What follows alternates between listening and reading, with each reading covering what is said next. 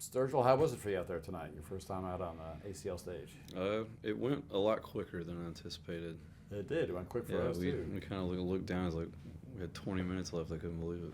Just moving, cooking. It's a good time. It's a good feeling.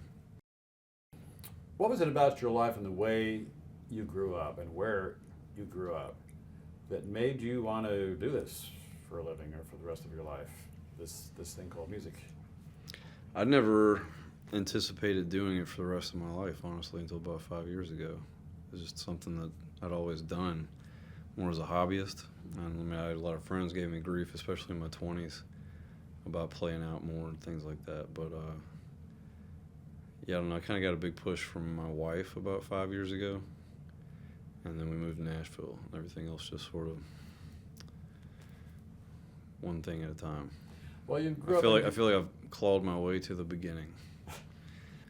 So was there a turning point, though, where you suddenly started thinking, wow, maybe I could actually do something with this? It's a night. Yeah. Every night for the last 5 or 6 months, really. Kind of, you walk out and there's that reminder that this is happening. And that, you know, it's good. It's good when you can go do anything you love for a living. But you know, if you're playing music and then I spent years in clubs and bars, like the thankless side of it. So when you come and play and there's actually people showing up, and they not only show up, they know all the words and they're really happy to see you. And you can see that it's making them happy. You know, it makes it a little easier to be away from family for months at a time, I guess. I can't really pinpoint the direct transition, but I think at some point around our tour last fall, we saw a huge difference in what was waiting for us when we got to each town.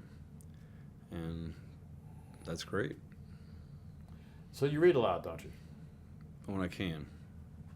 Maybe not so much time anymore. For Yeah, reading, I have to that's write always a lot right now, so I don't get to read I mean, much. that's been an important part of your life, and so what sorts of things have you read, and how has that influenced your music?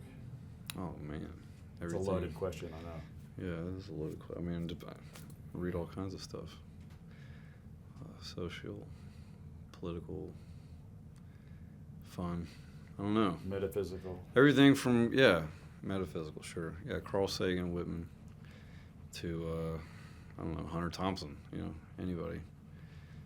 Mostly just when I pick up a guitar and write a song, that's just the only thing that kind of comes out is country. So as far as what you write about, that's kind of up to the wind.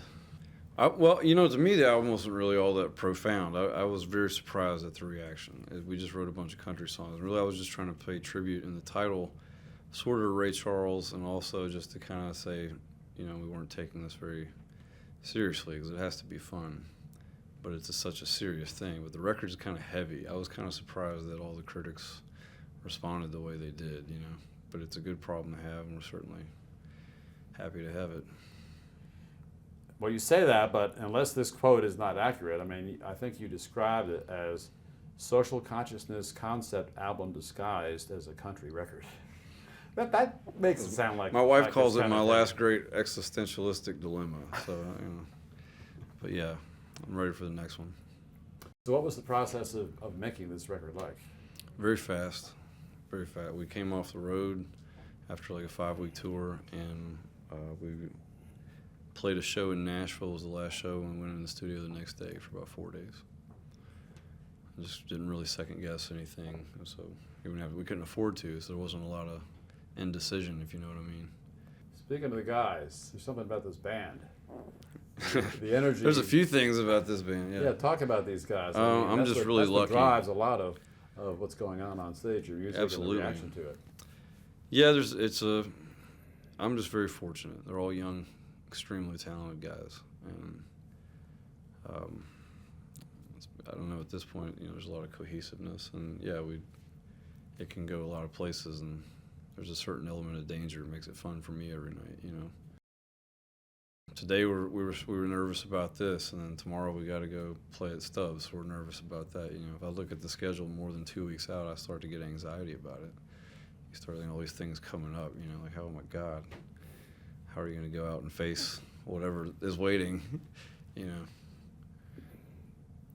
Well, it's been quite a ride so far, and I think you've got a long ride ahead of you, so you might as well make the most of it and take one day at a time. Yes, sir. It's a pretty good philosophy. It's worked so far.